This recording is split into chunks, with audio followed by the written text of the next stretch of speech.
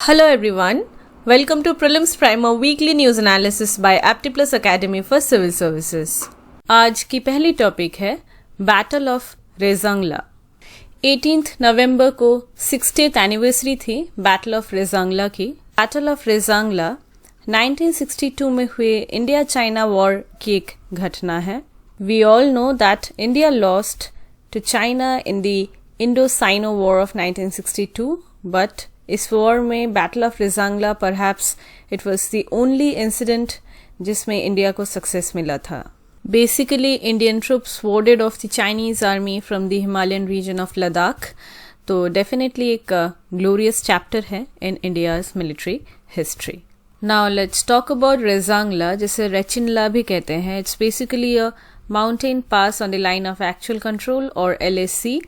As you can see in this map कि ये लद्दाख और स्पंगुर लेक बेसिन के बीच में पड़ता है and it is located on the eastern side of the Chushul valley, जो चाइना भी क्लेम करता है इंडिया का, लेकिन चाइना क्लेम करता है चुशुल वैली, स्पंगुर लेक, इन सबको। So it's disputed. Rezang La strategically बहुत ज़्यादा इम्पोर्टेंट है बिकॉज ये चुशुल एरिया के पास आता है, तो अगर रेजांगला से एक्सेस मिल गया चुशुल एनिमी को, इजीली लद्दाख पहुंचा जा सकता है। इसीलिए स्ट्रेटेजिकली बहुत इंपॉर्टेंट है। डिफेंस पर्सपेक्टिव से इसे बहुत ही प्रायोरिटी रीजन माना जाता है। नॉर्थ से साउथ अगर हम देखें तो as we can see in this map, सबसे पहले आता है पैंगोंग सो लेक, फिर चुशुल रीजन, फिर Spanggur lake basin and then the Rezangla mountain pass. Moving to the next topic, Third Ministerial Conference on Counter-Terrorism Financing. Recently, No Money for Terror NMFT Ministerial Conference के third edition में prime minister Modi ने inaugural speech दी। ये conference जो है it is on counter terrorism financing. More than 70 countries participated in this conference. Background समझते हैं। 2018 में फ्रेंच गवर्नमेंट ने no money for terror conference की शुरुआत की, तो ये फ्रांस की इनिशिएटिव है और उसके बाद से ये कॉन्फ्रेंस कंडक्ट की जाती है। ये वाला जो कॉन्फ्रेंस था रिसेंटली, ये थर्ड एडिशन था of NMFT।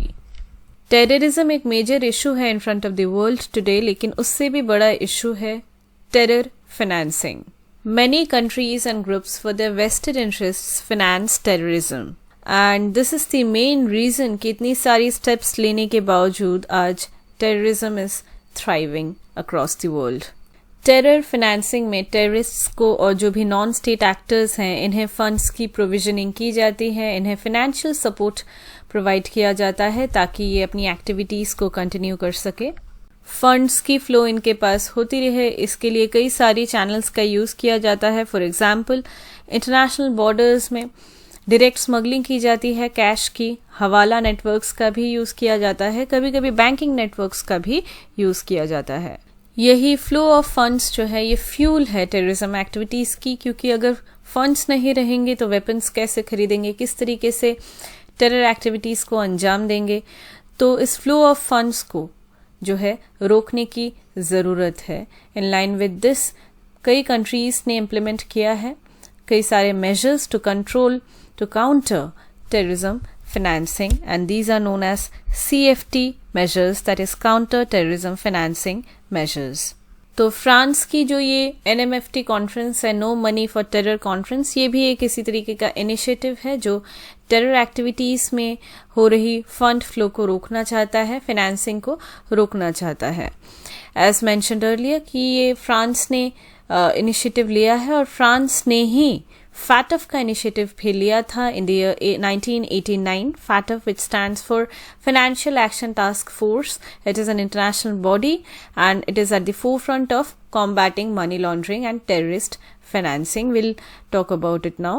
FATF financial action task force, as mentioned earlier, ये एक इंटरनेशनल वॉच डॉग है जो financial crimes, for example money laundering हो या टेरर फाइनेंसिंग हो, इन सब चीज़ों को रोकने के लिए काम करता है। ये बेसिकली एक वॉच डॉग है। पहले ये सिर्फ मनी लॉन्ड्रिंग के ऊपर फोकस करता था, लेकिन उसके बाद 9/11 की घटना घटी एंड सिंस देन इसने अपनी जो फोकस है इसे टेरर फाइनेंसिंग को भी दिया है। फ्रांस के पेरिस में in the year 1989 G7 summit में एस्टैब्लिश किया गया था फैटफ को to address loopholes in the global financial system, क्योंकि कई सारी मनी लॉन्ड्रिंग एक्टिविटीज जो है वो ग्रो कर रही थी अक्रॉस द वर्ल्ड। इसे रोकने के लिए स्टार्ट किया गया था फैटफ को। 9/11 की टेरर अटैक के बाद ये रियलाइजेशन हुई कि टेररिज्म का मेन सोर्स है terror financing and it's important to stop that and to restrict the funding. FATF expanded its mandate. At present 39 countries members हैं FATF की। इसकी एक अलग डिसीजन मेकिंग बॉडी है जो हर साल 3 बार मीट करती है। इन मीटिंग्स को हर साल 206 कंट्रीज अटेंड करती है। तो बेसिकली ये एक ग्लोबल नेटवर्क है जिसमें 39 मेंबर कंट्रीज तो हैं ही, इसके अलावा ऑब्जर्वर ऑर्गेनाइजेशंस हैं, for example world bank, United Nations की कई सारी ऑफिसेस हैं, रीजनल डेवलपमेंट बैंक्स भी हैं। फैटफ जो है ये स्टैंडर्ड्स को सेट करती है और कंट्रीज को रिकमेंडेशंस भी देती है कि वो किस तरीके से फाइनेंशियल सिस्टम्स में जो भी लूप होल्स हैं उन्हें प्लग कर सकते हैं ताकि इलीगल फाइनेंशियल एक्टिविटीज जो हैं वो ना हो, टेररिस्ट ऑर्गेनाइजेशंस के पास फंड फ्लो ना हो या दूसरी जो मनी लॉन्ड्रिंग एक्टिविटीज हैं उन पे भी रोक लगे। ये कंटिन्यूसली पीयर रिव्यूड इवैल्यूएशंस करती हैं जिसमें म्यूचुअल इवैल्यूएशन होता है। डिफरेंट कंट्रीज वो चेक करते हैं कि किस तरीके से कंट्री स्टेप्स ले रही हैं, स्टैंडर्ड्स जो प्रिस्क्राइब किए गए हैं वो फॉलो हो रहे कि नहीं हो रहे, परफॉर्मेंस कैसा है, और इस रिव्यू के बाद फैटफ जो है वो अपनी रिपोर्ट निकालती है जिसे कहते हैं म्यूचुअल इवैल्यूएशन रिपोर्ट्स। जो कंट्रीज प्रॉपरली स्टेप्स नहीं ले रही हैं मनी लॉन्ड्रिंग एक्टिविटीज और टेरर फाइनेंसिंग को रोकने के लिए, उनके लिए फैटफ जो है सर्टेन स्टैंडर्ड्स को सेट करती है और टाइम बाउंड एक्शन प्लान्स भी उनके लिए रेकमेंड करती है कि इस टाइम के अंदर आपको ये सारे चीज़ें जो है अचीव करनी है। इसमें क्या आती हैं, फॉर एग्जांपल जुडिशियल मैकेनिज्म्स के थ्रू, इन्वेस्टिगेटिव लेजिस्लेटिव मैकेनिज्म्स के थ्रू आप क्राइम रिस्क्स क्या हैं उन्हें असेस करें और उसके बाद इन मैकेनिज्म्स के थ्रू मनी लॉन्ड्रिंग को बंद करें और टेरर फंडिंग को भी बंद करें। इसके अलावा फैटफ जो है कंट्रीज को 2 लिस्ट में भी डालती है जो कंट्रीज अच्छे से कंप्लाई नहीं कर रही होती हैं। ये 2 लिस्ट्स हैं, ग्रे लिस्ट और ब्लैक लिस्ट। इन 2 लिस्ट का नाम ऑफिशियली फैटफ के लेक्सिकन में नहीं है कि ये ग्रे लिस्ट है, ये ब्लैक लिस्ट है, लेकिन ये कन्वेंशन बन चुका है। तो जो भी फैटफ की डायरेक्टिव्स के साथ अच्छे से कंप्लाई नहीं करते हैं उन कंट्रीज को ये डेजिग्नेशन दी जाती है, नॉन कंप्लायंट कंट्रीज को। ग्रे लिस्ट में वो कंट्रीज आती हैं जो इंक्रीज्ड मॉनिटरिंग में है। ऐसी जुरिस्डिक्शंस एट प्रेजेंट 23 कंट्रीज हैं इंक्लूडिंग पाकिस्तान। ब्लैक लिस्ट में ऐसी कंट्रीज है जो हाई रिस्क जुरिस्डिक्शन है जिसका और कुछ बेसिकली हो नहीं सकता, मतलब वो स्पॉन्सर कर रही है मनी लॉन्ड्रिंग हो या टेरर फाइनेंसिंग हो, इन सब चीज़ों को। इसमें नॉर्थ कोरिया है, फॉर एग्जाम्पल आपका ईरान भी इसमें डाला गया है, ईरान को। फैटफ के अलावा United Nations office on drugs and crime UNODC की एक ब्रांच है, टेररिज्म प्रिवेंशन ब्रांच, ये भी काम करती है टेरर फाइनेंसिंग को रोकने के लिए। India has bone the Brunt of terrorism specially because of Pakistan since 1947। तो एट प्रेजेंट इंडिया बहुत ही ज़्यादा वोकल है टेररिज्म एक्टिविटीज़ को रोकने के लिए and it is uniting with the rest of the world in this war against terrorism.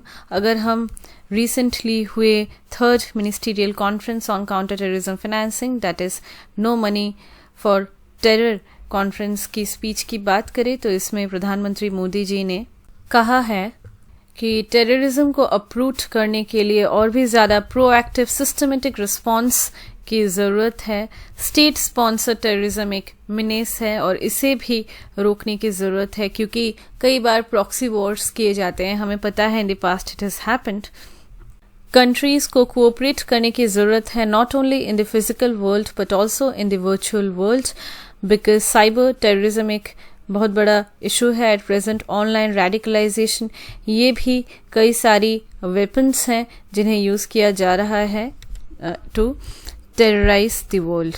Organised crime हो, जिसमें आउटफिट्स जो हैं इन्हें कंटिन्यूसली फाइनेंसिंग की जाती है by state as well as non state actors.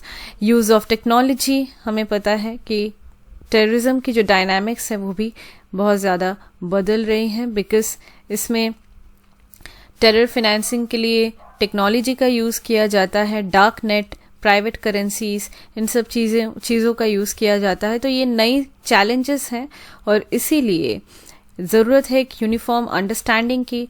नई जो फाइनेंशियल टेक्नोलॉजीज़ हैं इन्हें अच्छे से जिस तरीके से हम यूज़ कर रहे हैं, इसका जो मिसयूज़ है इसे भी किस तरीके से रोका जा सके, इसके लिए हमें प्राइवेट सेक्टर को भी इन्वॉल्व करना होगा इन एफर्ट्स में, ताकि और भी अच्छे से हम चेक्स एंड बैलेंसेस ला सके, रेगुलेशंस को ला सके और टेरर फाइनेंसिंग जैसी चीज़ों को हम वर्चुअली भी रोक सके। Moving to the next topic, Gaza strip. Recently Gaza strip के एक रिफ्यूजी कैंप में आग लगने की वजह से 21 लोगों की मौत हो गई, जिसमें 10 बच्चे थे। बात करते हैं गाजा स्ट्रिप की। गाजा स्ट्रिप जो है it lies between Israel and Egypt. Gaza strip की बॉर्डर्स की अगर हम बात करें तो नॉर्थ में है Mediterranean sea, as we can see in this map. South और ईस्ट में है इजराइल और वेस्ट में है इजिप्ट। अरब इजराइल वॉर के बाद ये जो जगह है गाजा स्ट्रिप ये बनी थी एंड एट प्रेजेंट ये एक जोन ऑफ कॉन्फ्लिक्ट है between the Israelis and the Palestinians. Moving to the next topic, United Nations Human Rights Council. Recently Iran में गवर्नमेंट क्रैकडाउन की वजह से 100 से भी ज्यादा लोग जो प्रोटेस्ट कर रहे थे उनकी मौत हो गई। तो क्लियरली ह्यूमन राइट्स वायलेशन है और इसी को देखते हुए United Nations Human Rights council ने अनाउंस किया है कि वो एक अर्जेंट सेशन रखेगी इसी month on Iran. United Nations Human Rights council जो है ये एक यूनाइटेड नेशंस की बॉडी है जिसका मिशन है ह्यूमन राइट्स को प्रमोट करना, ह्यूमन राइट्स को प्रोटेक्ट करना across the world.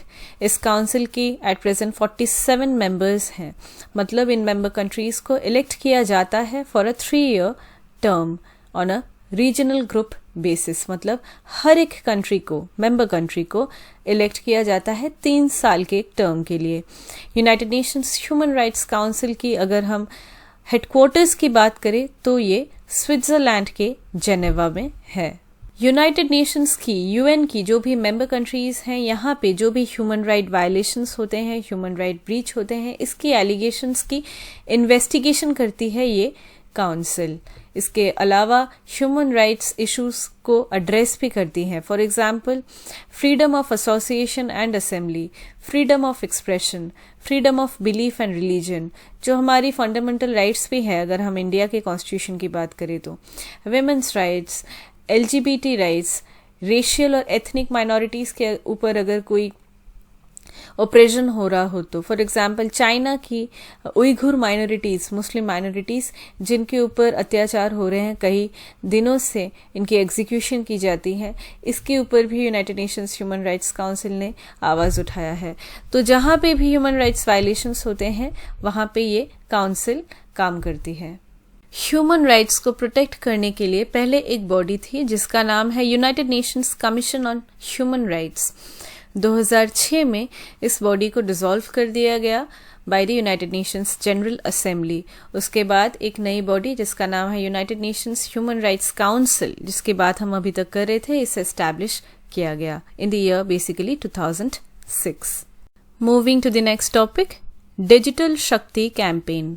Recently National Commission for Women ने डिजिटल शक्ति कैंपेन की 4th फेज को लॉन्च किया। डिजिटल शक्ति कैंपेन को स्टार्ट किया गया था इन द ईयर 2018। एम था विमेन को डिजिटली एम्पावर करना ताकि अवेयरनेस लेवल बढ़े डिजिटल फ्रंट में, किस तरीके से हम साइबर क्राइम से जूझ सकते हैं, इसकी क्या इफेक्टिव वेज हैं, इन्हें सिखाया जाता है इस कैंपेन में।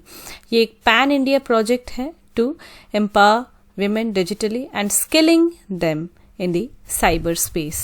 Digital illiteracy एक major issue है in 21st century. अभी सब कुछ डिजिटली ही होता है, पेमेंट हो फाइनेंशियल इंक्लूजन की बात आती है, जहाँ पे गवर्नमेंट स्कीम्स की जो बेनिफिशरीज हों वो जब लाभ उठाते हैं डिफरेंट स्कीम्स की, उसकी प्रोसेसिंग हो, सब कुछ के ऊपर अभी हम डिजिटली ही डिपेंड करते हैं। तो डिजिटल लिटरेसी होना इम्पॉर्टेंट है इसके लिए। जिस तरीके से हम टेक्नोलॉजी का यूज़ कर रहे हैं अपनी ईज़ के लिए, कन्वीनियंस के लिए, at the same time cyber crimes भी उसी तरह बढ़ रहे हैं। हमें पता है कि कंटिन्यूसली कैंपेन्स चलाई जाती हैं डिफरेंट गवर्नमेंट स्टेक होल्डर्स के एंड से, वो आरबीआई हो या दूसरी बॉडीज़ हों, कंटिन्यूसली वो मैसेज करते हैं, अवेयरनेस फैलाते हैं थ्रू एडवर्टिजमेंट्स की गलत लिंक को क्लिक नहीं करना चाहिए, किस तरीके से हम फाइनेंशियल लॉस से बच सकते हैं। तो इसी तरीके से दूसरी जो स्कीम्स है जिसकी लाभ हम उठाना चाहते हैं उसके लिए भी डिजिटल लिटरेसी होना इम्पोर्टेंट है। इसी को मद्देनजर रखते हुए डिजिटल शक्ति कैंपेन को स्टार्ट किया गया इन ईयर 2018। इस कैंपेन के थ्रू 3 लाख से भी ज़्यादा महिलाओं को पूरे भारत में डिजिटली अवेयर बनाया गया। उन्हें साइबर सिक्योरिटी की टिप्स दी गई, किस तरीके से अगर कोई इशू होता है, for example loss of finance होता है, तो रिपोर्ट किस तरीके से करें, रिट्रेसल क्या मैकेनिज्म्स हैं, अपनी डेटा की प्राइवेसी को किस तरीके से मेंटेन करें, टेक्नोलॉजी का किस तरीके से यूज़ करके बेनिफिट्स उठाएं, इन सभी चीज़ों में उन्हें लिटरेट बनाया गया। इसी कैंपेन की फॉलोअप में डिजिटल शक्ति 4.0 को लॉन्च किया गया। इसमें फोकस है कि विमेन जो है वो डिजिटली स्किल्ड बने, अवेयर हो, और जो भी इलीगल ऑनलाइन एक्टिविटीज़ होती हैं, वो पोर्नोग्राफी हो या दूसरी जो इश्यूज़ हैं, उसके अगेंस्ट वो किस तरीके से खड़ी हो सकती हैं, किस तरीके से वो रिपोर्टिंग कर सकती है, ताकि ये सारी चीज़ें जो हैं वो कॉम्बैट हो। Moving to the next topic, carbon border tax. COP27 में इंडिया और कुछ और कंट्रीज ने कहा है कि कार्बन बॉर्डर टैक्स को अवॉइड करना चाहिए, क्योंकि इससे मार्केट डिस्टॉर्शंस हो सकते हैं या फिर 2 कंट्रीज के बीच में जो ट्रेड डेफिसिट है वो भी बढ़ सकता है। समझते हैं। यूरोपियन यूनियन ने एक पॉलिसी को प्रपोज किया है जिसका नाम है कार्बन बॉर्डर एडजस्टमेंट मैकेनिज्म। इस पॉलिसी के तहत 2026 से यूरोपियन यूनियन की जो कंट्रीज हैं वो कार्बन इंटेंसिव जो प्रोडक्ट्स हैं उनके ऊपर टैक्स इम्पोज करेगी। एग्जाम्पल के तौर पे सीमेंट या स्टील, ये सभी कार्बन इंटेंसिव प्रोडक्ट्स हैं, मतलब इनकी मैन्युफैक्चरिंग के समय बहुत ज़्यादा कार्बन एमिशन होता है, तो इसका एनवायरनमेंट के ऊपर बहुत ज़्यादा इम्पैक्ट है, ये कार्बन फुटप्रिंट है। और हमें पता है कि यूरोपियन यूनियन ने ये डिसाइड किया है कि वो धीरे धीरे कार्बन न्यूट्रलिटी की तरफ बढ़ेगी। तो इसी को मद्देनज़र रखते हुए यूरोपियन यूनियन ने ये डिसाइड किया है कि वो 2026 से ऐसी प्रोडक्ट्स को इंपोर्ट करते समय इनके ऊपर बहुत ज़्यादा टैक्स जो है इम्पोज करेगी। कार्बन बॉर्डर टैक्स प्रपोजल जो है ये यूरोपियन कमीशन की ग्रीन डील का एक हिस्सा है। मिशन है कि यूरोप को 2050 तक क्लाइमेट न्यूट्रल कॉन्टिनेंट बनाना है, और इसी की टारगेट को फुलफिल करने के लिए ऐसे प्रपोजल्स डाले जा रहे हैं। क्लाइमेट न्यूट्रलिटी का मतलब है net zero green house gas emission. Net zero यानी ऐसा नहीं है कि ग्रीन हाउस गैस का कोई भी एमिशन ना हो, कुछ भी ना हो, ऐसा नहीं है। एमिशंस तो होंगे ही, लेकिन उसको बैलेंस करना है through absorption and sequestration. Emission हो रहा है ग्रीन हाउस गैसेस का, उसके साथ साथ हम ऐसे मैकेनिज्म्स ला रहे हैं कि उतना ही अमाउंट जितना एमिट हुआ है वो अब्जॉर्ब हो जाए, वो सिक्वेस्ट्रेट हो जाए एटमॉस्फेयर में, अर्थ में, और एज ए रिजल्ट ज़्यादा इम्पैक्ट ना पड़े क्लाइमेट पे। इसी को कहते हैं क्लाइमेट न्यूट्रलिटी, और यूरोप का ये टारगेट है कि 2050 तक वो पूरी कॉन्टिनेंट क्लाइमेट न्यूट्रल बनेगी। कार्बन टैक्स का मतलब होता है कि गवर्नमेंट हर एक ऐसी कंपनी के ऊपर टैक्सेस इम्पोज करती है, फी इम्पोज करती है जो कंपनी फॉसिल फ्यूल्स को बर्न करती है अपनी प्रोडक्ट्स को बनाने के लिए। वहीं पे अगर हम कार्बन बॉर्डर टैक्स की बात करें तो इसमें बस ये कंट्री के अंदर की कंपनी नहीं है। इंडिया से कोई कंपनी अगर कोई गुड्स को मैन्युफैक्चर कर रही है और उसमें फॉसिल फ्यूल्स बर्न हुए हैं और उसके बाद उस गुड को यूरोपियन यूनियन के किसी कंट्री में उसे एक्सपोर्ट कर रही है, तो इन दैट केस अगर इंडिया में कार्बन टैक्स नहीं लगाए गए हैं उस पर्टिकुलर प्रोडक्ट के ऊपर, उस कंपनी के ऊपर, in that case European union उस प्रोडक्ट के ऊपर टैक्सेस इम्पोज कर देगी, क्योंकि वो जो है वो इको फ्रेंडली प्रोडक्ट नहीं है, इसमें जो ग्रीन हाउस गैसेस का एमिशन बहुत ज़्यादा हुआ है। इसे मद्देनज़र रखते हुए कार्बन बॉर्डर टैक्स जो है ये एक कंट्री का एक इनवर्ड लुकिंग पॉलिसी है, क्योंकि उसके जो लोकल मैन्युफैक्चरर्स होंगे वो तो इंसेंटिवाइज हो जाएंगे कि वो ग्रीन रेगुलेशंस को स्टिक करे और उसके साथ एमिशंस ना करे, उसकी प्रोडक्ट्स जो हैं वो बिकेंगी अपनी ही कंट्री में, इनफैक्ट बाहर भी। लेकिन ऐसी जब हम पॉलिसीज लाते हैं तो ये उन कंट्रीज़ के लिए थोड़ा डिसएडवांटेजेस हो जाता है जो उतनी स्पीड में ये जो पॉलिसीज़ हैं कि जहाँ पे बिल्कुल एमिशन नहीं होगा, इस तरीके की हम प्रोडक्ट्स बनाएं, या फिर इतना हम उस पर टैक्स बिठाए कि वो जो एक्सपोर्ट करने वाला कंपनी है उसे और मोटिवेशन ही ना रहे कि वो एक्सपोर्ट करे, तो काफ़ी ज़्यादा डिसएडवांटेज हो जाता है इन कंट्रीज़ के लिए, और इंडिया भी उनमें से एक है। इंडिया यूरोपियन यूनियन का थर्ड लार्जेस्ट ट्रेडिंग पार्टनर है। 2020 में $74.5 बिलियन की गुड्स का ट्रेड हुआ इन कंट्रीज़ के साथ। इंडिया का एक्सपोर्ट जो है वो 2020-21 में $41.36 बिलियन का था, as per the data of the commerce ministry. Carbon border tax जैसी पॉलिसीज़ की वजह से जाहिर है कि इंडिया में जो गुड्स बनते हैं उनकी प्राइसेस इंक्रीज होगी और इंडियन गुड्स यूरोपियन मार्केट में लेस अट्रैक्टिव हो जाएगा फॉर द बायर्स, और इससे डिमांड जो है वो भी कम होगा। जिन कंपनीज का ग्रीन हाउस गैस फुटप्रिंट ज़्यादा है, कार्बन एमिशंस जो कंपनीज करते हैं, उनके लिए एक बहुत बड़ा चैलेंज होगा, क्योंकि पूरा जो ग्लोबल ट्रेडिंग सिस्टम है इससे डिसरप्ट हो जाएगा, क्योंकि ये प्रोटेक्शनिज्म का ही एक एग्जाम्पल है। अब दुनिया की सारी कंपनीज बिल्कुल एमिशन फ्री हो जाएंगी, सब ग्रीन प्रोडक्ट्स ही बनाएंगी, ये बोलने में इजी है, लेकिन इससे कंप्लाई करना बहुत ही डिफिकल्ट है, specially for the developing countries. Now the question is, जब क्लाइमेट चेंज इतना मेजर एक इशू है और सभी कंट्रीज इतना स्टेप्स उठा रही हैं, तो यूरोपियन यूनियन की इस पॉलिसी को इंडिया क्यों सपोर्ट नहीं कर रहा है? द थिंग इज कि पास्ट में हमने देखा है हिस्टोरिकली जो डेवलप्ड कंट्रीज हैं वही सबसे ज़्यादा रिस्पॉन्सिबल रही है for the emission of carbon dioxide and other greenhouse gases, harmful greenhouse gases, which are today responsible for the climate change, thanks to their industrial revolution. अगर हम कंटेम्प्रेरी टाइम्स की बात करें तो ये कंट्रीज़ बोलती हैं, लेकिन लास्ट ईयर की भी अगर हम डेटा देखें तो डेवलप्ड कंट्रीज़ की जो एमिशंस है, ग्रीन हाउस गैस एमिशंस, ये बहुत ज़्यादा रहे in comparison to the developing countries.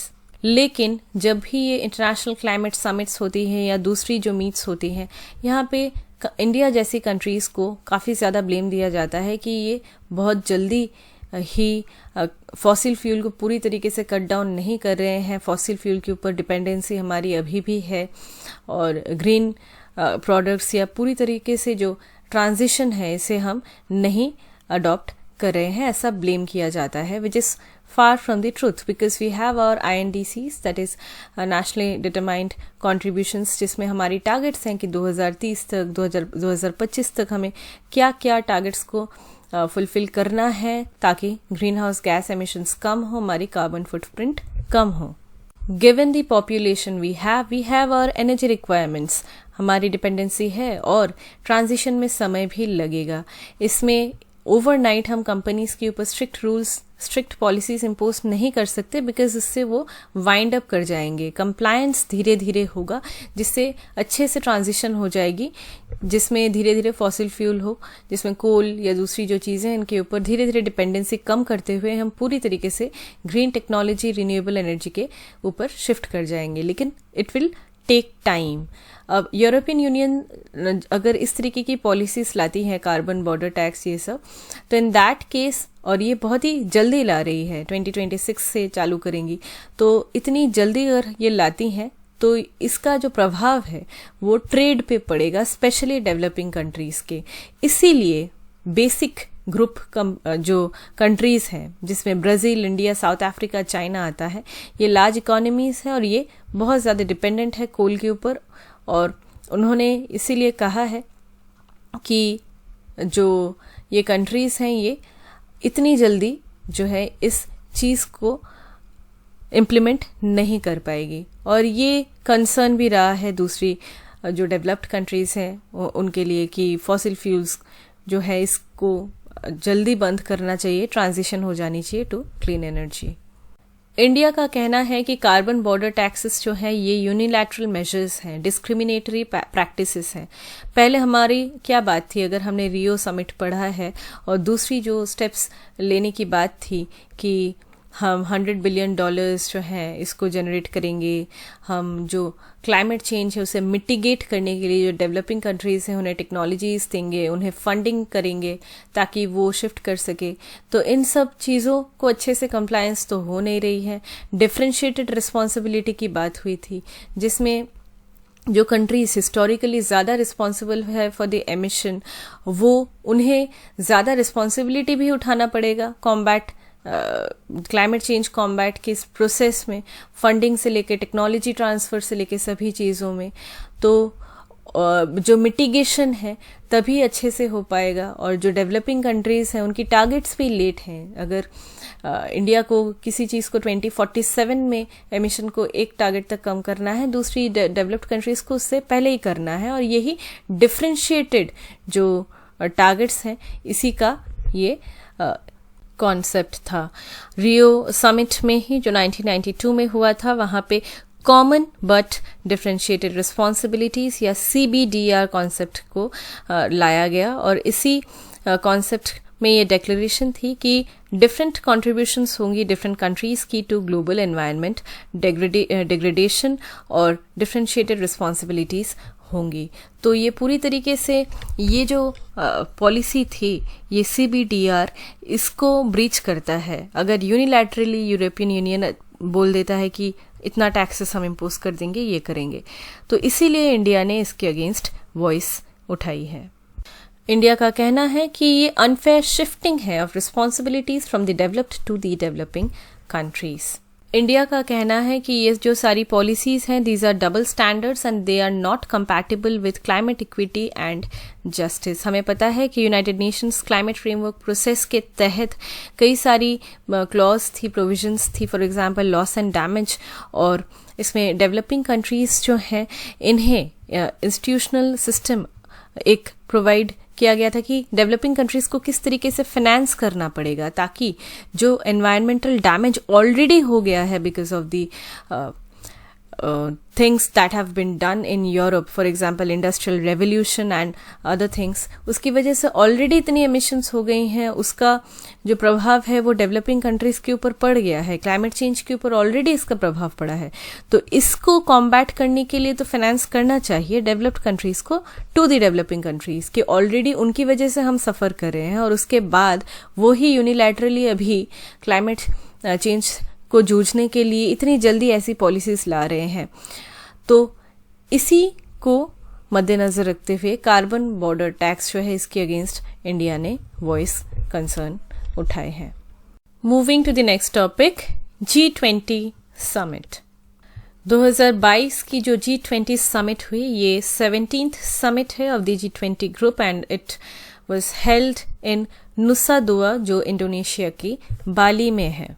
Indonesia की जो प्रेसिडेंसी है G20 में, ये शुरू हुई थी ऑन 1 दिसंबर 2021 और ख़त्म हो रही है 2022 में। बात करते हैं G20 की। G20 जो है ये एक इंटर गवर्नमेंटल फोरम है जिसमें 19 कंट्रीज हैं और यूरोपियन यूनियन मिला के 20। ग्लोबल इकोनॉमी में रिलेटेड जो इश्यूज हैं, मेजर इश्यूज, वो अच्छे से एड्रेस होती रहे, इंटरनेशनल फाइनेंशियल स्टेबिलिटी जो है वो बनी रहे, क्लाइमेट चेंज अच्छे से मिटिगेट हो, डेवलपमेंट जो हम कर रहे हैं वो सस्टेनेबल हो, मतलब जो फ्यूचर जनरेशन्स हैं उन्हें कंसिडर करते हुए हम डेवलपमेंट करें। इन्हीं सब चीज़ों के ऊपर काम करता है G20।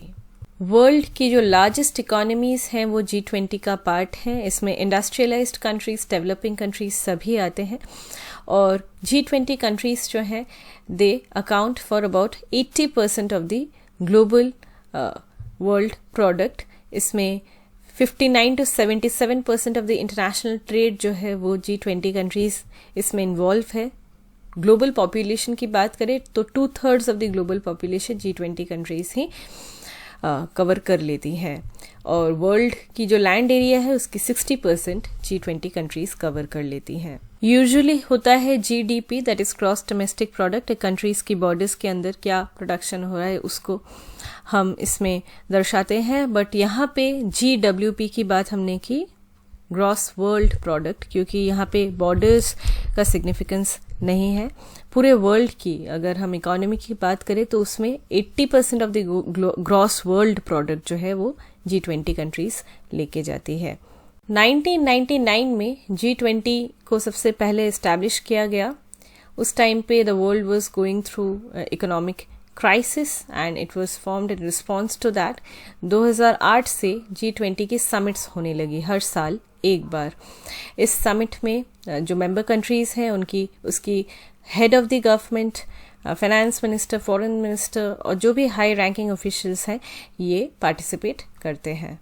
ये एक शॉर्ट ट्रिक है G20 कंट्रीज को याद रखने के लिए, आप यहाँ पे देख सकते हैं स्क्रीन पे। G20 कंट्रीज में जो आते हैं वो है Germany, USA, Russia, United kingdom, Japan, India, Saudi Arabia, Indonesia, Turkey, Australia, Argentina, Brazil, south Africa, south Korea, Canada, France, China, Italy, Mexico और यूरोपियन यूनियन। अब बात करते हैं ऑर्गेनाइजेशनल स्ट्रक्चर की। G20 का कोई भी परमानेंट सेक्रेटरीट नहीं है। It's very very important to note. इसका जो चेयर है वो हर साल रोटेट करता है अमंग इट्स मेंबर्स। किस मेंबर को G20 का चेयर मिलेगा, इसके लिए एक 3 मेंबर अरेंजमेंट किया गया है। इसको कहते हैं ट्रॉयका। पास्ट में कौन था, प्रेजेंट में और फ्यूचर। पास्ट ईयर में कौन सी कंट्री को G20 का चेयर मिला था, प्रेजेंट में किसे मिलेगा और फ्यूचर में नेक्स्ट ईयर किसे मिलेगा। इस 3 जो ग्रुप है इसे ऑलवेज मेंटेन किया जाता है। लास्ट ईयर इंडोनेशिया के पास चेयर थी, इस बार इंडिया ने चेयर लिया है, फिर इसके बाद ब्राज़ील चेयर लेगा। नेक्स्ट जब इंडिया का ख़त्म हो जाएगा तो उसके बाद फिर से नेक्स्ट कौन होगा वो डिसाइड कर देंगे। मतलब 3 का जो ग्रुप है वो हमेशा मेंटेन रहेगा। G20 की 2 पैरेलल ट्रैक्स होती हैं, एक को कहते हैं फाइनेंस ट्रैक, दूसरा है शेरपा ट्रैक। फाइनेंस ट्रैक में जाहिर है फाइनेंशियल इश्यूज डिस्कस की जाती हैं, किस तरीके से हम ग्लोबल फाइनेंशियल स्टेबिलिटी को मेंटेन कर सकते हैं ये सब। और शेरपा ट्रैक जो है इसमें non economic non financial issues को डिस्कस किया जाता है। फॉर एग्जांपल डेवलपमेंट हो गया, एंटी करप्शन, फूड सिक्योरिटी, इन सब इश्यूज से हम किस तरीके से हम बच सकते हैं, डेवलपमेंट किस तरीके से हम सस्टेनेबल कर सकते हैं, इन सब चीज़ों को शेरपा ट्रैक में डिस्कस किया जाता है। शेरपा ट्रैक में लीडर्स जो हैं उनकी जो पर्सनल एमिसरीज हैं वो ही पार्टिसिपेट करते हैं। 2022 की जो G20 समिट रही, 17th एडिशन थी ये, और इसका जो थीम है वो था recover together, recover stronger. Summit की सभी आउटकम्स को डिस्कस करना प्री पर्सपेक्टिव से इम्पोर्टेंट नहीं है, बस इतना जानना इम्पोर्टेंट है कि सभी कंट्रीज ने रशिया को कंडेम किया बिकॉज ऑफ इट्स इन्वेजन। इसके अलावा इंडिया ने स्टैंड लिया है that this is not an era of war. इस इंडिया का हमेशा से अभी टेररिज्म के ऊपर फोकस तो रहा ही है, और इंडिया ने डिक्लेयर किया है कि आज का युग जो है वो वॉर का युग है ही नहीं। तो सभी इकोनॉमीज को इंटरनेशनल लॉ अपहोल्ड करके रखना चाहिए। In context of Ukraine war India ने ये कहा है, और ये भी कहा है कि न्यूक्लियर वेपन्स का जो यूज़ है इसे और या इसके थ्रेट को भी रिजेक्ट करना चाहिए। Moving to the next topic, exercise Yudh Abhyas. Exercise Yudh अभ्यास का जो 18th एडिशन है वो उत्तराखंड में होने वाला है इसी मंथ। एक्सरसाइज युद्ध अभ्यास जो है ये एक इंडिया और यूएस के बीच में होने वाली आर्मी एक्सरसाइज है। इसमें बेस्ट प्रैक्टिसेस का एक्सचेंज होता है, टैक्टिक्स, टेक्निक्स, प्रोसीजर्स का एक्सचेंज होता है between the armies of the 2 Nations. 2021 की जो एक्सरसाइज है वो यूएसए में हुई थी, और 2022 की एक्सरसाइज इंडिया के उत्तराखंड में होने वाला है। इसमें आर्मीज अपनी बेस्ट प्रैक्टिसेस शेयर तो करते ही हैं, एक्सचेंज तो करते ही हैं एक दूसरे के साथ। इसके अलावा किस तरीके से ह्यूमैनिटेरियन असिस्टेंस प्रोवाइड किया जाए डिज़ास्टर लाइक सिचुएशन में, इस पे भी फोकस किया जाता है। इसकी भी ऑपरेशंस जो हैं उसे प्रैक्टिस की जाती है। अगली टॉपिक है lead IT summit. Recently concluded COP27 summit के साइडलाइंस में इंडिया और स्वीडन ने होस्ट किया lead IT summit. Lead IT stands for leadership for industry transition. ये इनिशिएटिव फोकस करती है कि इंडस्ट्रियल सेक्टर में हम किस तरीके से लो कार्बन ट्रांजिशन में जाएं। इंडस्ट्रियल सेक्टर में कुछ ऐसी चीज़ों का मैन्युफैक्चर होता है जिसमें फॉसिल फ्यूल और दूसरी चीज़ों का यूज़ हो ही जाता है और इसमें एमिशंस भी होते हैं। इस सेक्टर में ट्रांजिशन लाना बहुत ही एक डिफ़िकल्ट जॉब है। Keeping that in view, lead IT initiative को स्टार्ट किया गया। इंडस्ट्रियल सेक्टर में अगर हम लो कार्बन ट्रांजिशन को अडॉप्ट कर लेते हैं तो in that case green house gas emissions का रिडक्शन तो होगा ही होगा। इसके अलावा क्लाइमेट चेंज जो है उसमें रोक आएगी, थोड़ी सी वो रेजिलिएंट हो जाएंगे हम। एनर्जी सिक्योरिटी एनहांस होगी, इनोवेशन होगा, सोशियो इकोनॉमिक डेवलपमेंट भी होगा, जॉब क्रिएशन भी होगा, क्योंकि हम यहाँ पे भी ग्रीन टेक्नोलॉजीज़ का यूज़ कर रहे हैं। तो इसमें जो डिफरेंट जो स्किल्स हैं फिर से उनकी ज़रूरत पड़ेगी और उसके लिए ह्यूमन रिसोर्सेज की भी ज़रूरत पड़ेगी। लीड आईटी को लॉन्च किया था स्वीडन और इंडिया ने मिलके at the United Nations climate action summit of 2019। इसे वर्ल्ड इकोनॉमिक फोरम ने सपोर्ट भी किया था। लीड आईटी के अंदर कंट्रीज़ को गैदर किया जाता है ताकि जो कंपनीज़ हैं वो कमिट करे कि वो पेरिस एग्रीमेंट के जो भी टारगेट्स हैं उन्हें अचीव करने में कंट्रीब्यूशन देगी। और कंट्रीब्यूशन होगा through adoption of green technologies and lowering of carbon and other green house gas emissions. Lead IT का ये मानना है कि जो भी एनर्जी इंटेंसिव इंडस्ट्रीज हैं उन्हें लो कार्बन पाथवेज को अडॉप्ट करने की ज़रूरत है ताकि हम नेट ज़ीरो कार्बन एमिशंस को अचीव कर सकें। The next topic is 17th East Asia Summit 2022। Recently Vice President Jagdeep Dhankhar ji ने एड्रेस किया ईस्ट एशिया समिट को on his visit to Cambodia, जहां पे आसियान समिट भी कंक्लूड हुआ है और उसी के बाद ईस्ट एशिया समिट। जानते हैं about East Asia Summit. East Asia Summit एक रीजनल फोरम है जिसमें East Asia, South Asia, Oceanian regions के जो कंट्रीज़ हैं वो मेंबर्स हैं। मेंबरशिप जो है पहले तो 16 कंट्रीज़ की थी, उसके बाद 18 कंट्रीज़ में एक्सपैंड हुई। इसमें 10 आसियान कंट्रीज़ तो हैं ही और इसके अलावा कुछ और मेंबर्स भी हैं।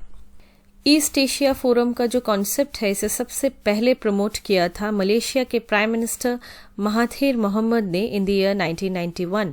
लेकिन इस फोरम का पहला जो समिट है, फर्स्ट समिट, वो मलेशिया के कुआलालंपुर पे हुआ in the year 2005। It's important to note कि ईस्ट एशिया समिट में आसियान का सेंट्रलिटी रहता है। यहाँ पे आसियान का रोल जो है वो बहुत ही इम्पॉर्टेंट है। इसमें एनुअल मीटिंग होती है of the heads of states and governments of the different countries, जहाँ पे सभी अपनी कॉमन कंसर्न्स और इंटरेस्ट्स को डिस्कस करते हैं। इसके बाद ईस्ट एशियन कंट्रीज़ के बीच में जो कोऑपरेशन है, रीजनल जो कोऑपरेशन है नेबरिंग कंट्रीज़ के साथ, उसे एनहांस करने के लिए ईस्ट एशिया फोरम को जो है उसे बनाया गया था। इस फोरम की जो एरियाज ऑफ कोऑपरेशन है उसमें है एनवायरनमेंट एंड एनर्जी पे हम किस तरीके से काम कर सकते हैं, education, finance, global health issues, pandemic diseases, natural disaster management और आसियान कनेक्टिविटी।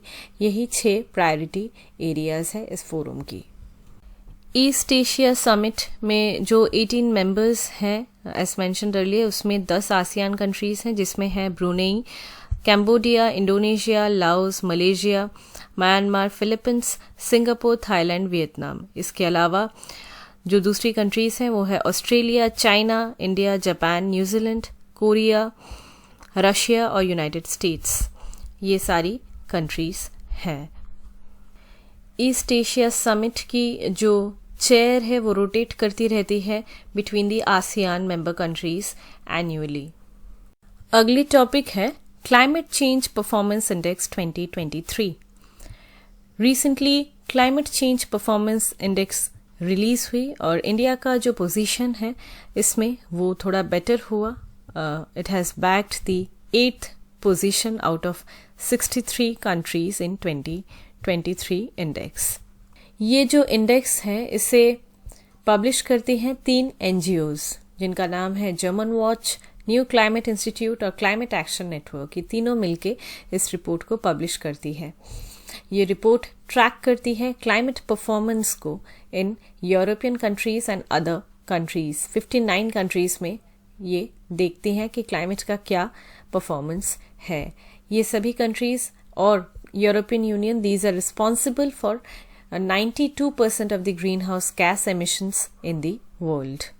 इस इंडेक्स में रैंकिंग्स देने के समय ये कंसिडर किया जाता है कि कंट्रीज किस तरीके से परफॉर्म कर रही है, कैसी स्टेप्स ले रही है ताकि वो अपनी ग्रीन हाउस गैस एमिशंस को हाफ कर सके बाय 2030.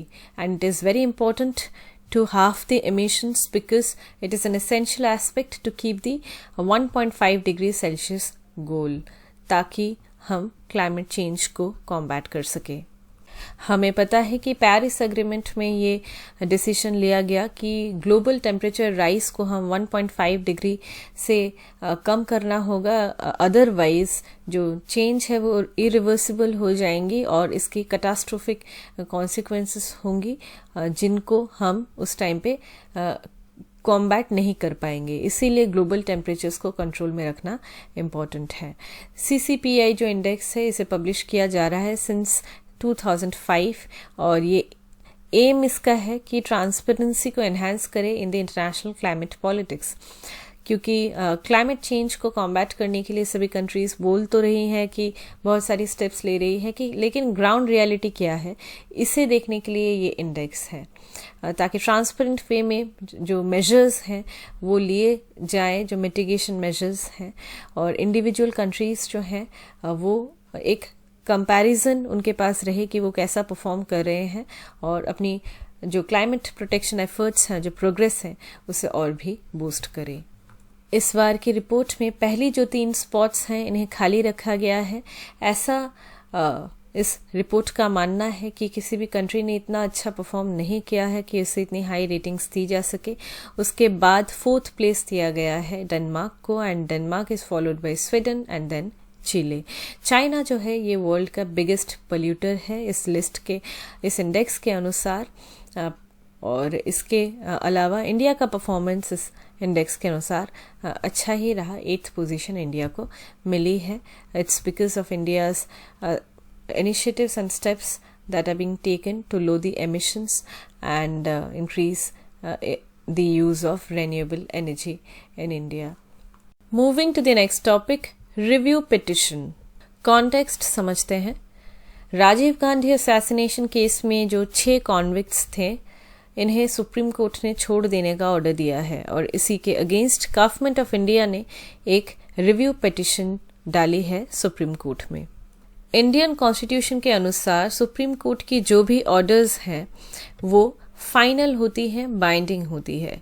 लेकिन आर्टिकल 137 के तहत सुप्रीम कोर्ट के पास ये पावर है कि वो खुद के जजमेंट्स को फिर से रिव्यू कर सकता है.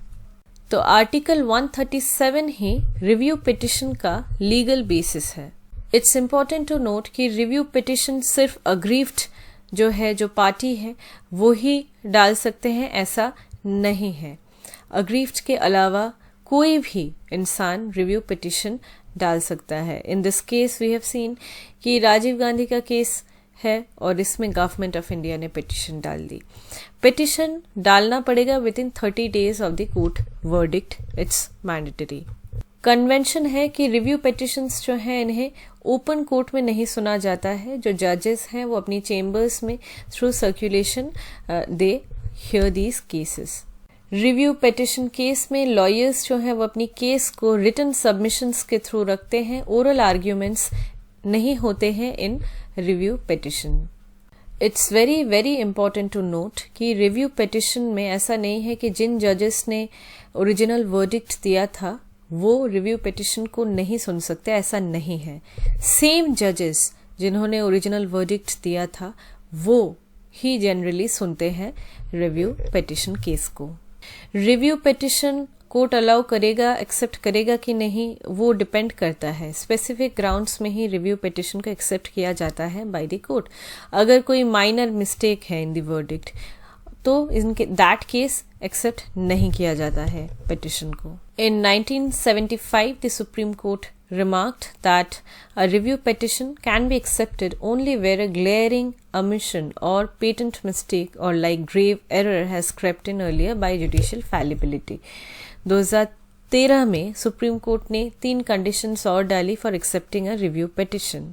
रिव्यू पिटिशन डालने के समय इट्स इम्पोर्टेंट कि जो पिटिशनर है वो कुछ ऐसी नई डिस्कवरी, इम्पोर्टेंट मैटर या नया एविडेंस जो है इसे कोर्ट के सामने रखे जिसे पहले नहीं रखा गया था, बिकॉज पिटिशनर के पास वो एविडेंस नहीं था या फिर वो एविडेंस रहते हुए भी वो प्रोड्यूस नहीं कर पाया था because of circumstances.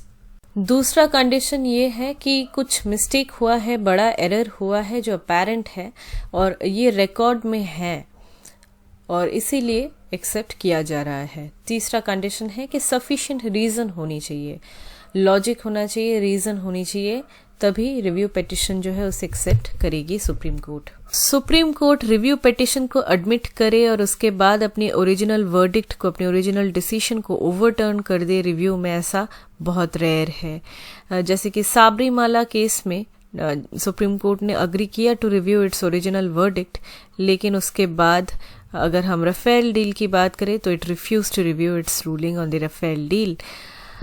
Similarly Nirbhaya case में भी it refused.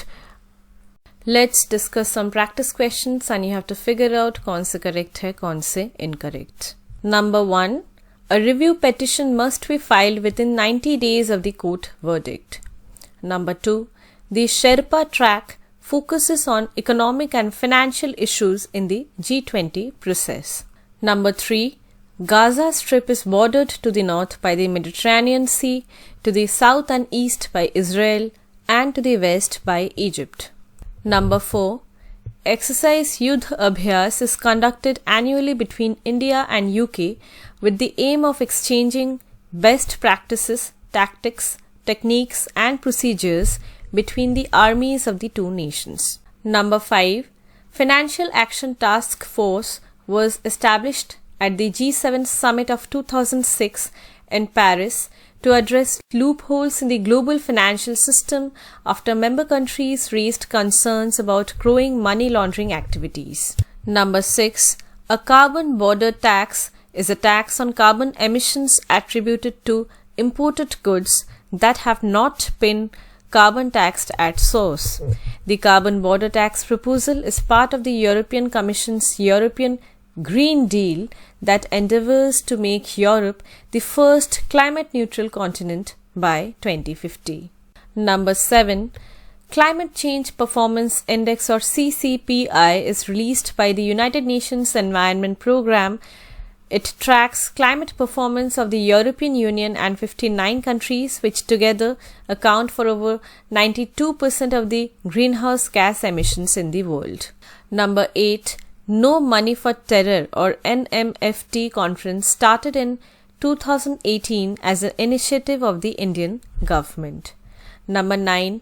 Rizangla is a mountain pass on the line of actual control between Indian administered Ladakh and the Chinese administered Spangur Lake Basin. The pass is located on the eastern watershed ridge of the Chushul Valley that China claims as its boundary. Number 10. The Leadership Group for Industry Transition or LEAD-IT gathers countries and companies that are committed to action to achieve the Paris Agreement. It was launched by the governments of Sweden and India at the United Nations Climate Action Summit in September 2019 and it is supported by the World Economic Forum. With this we come to an end of this session. Thank you so much.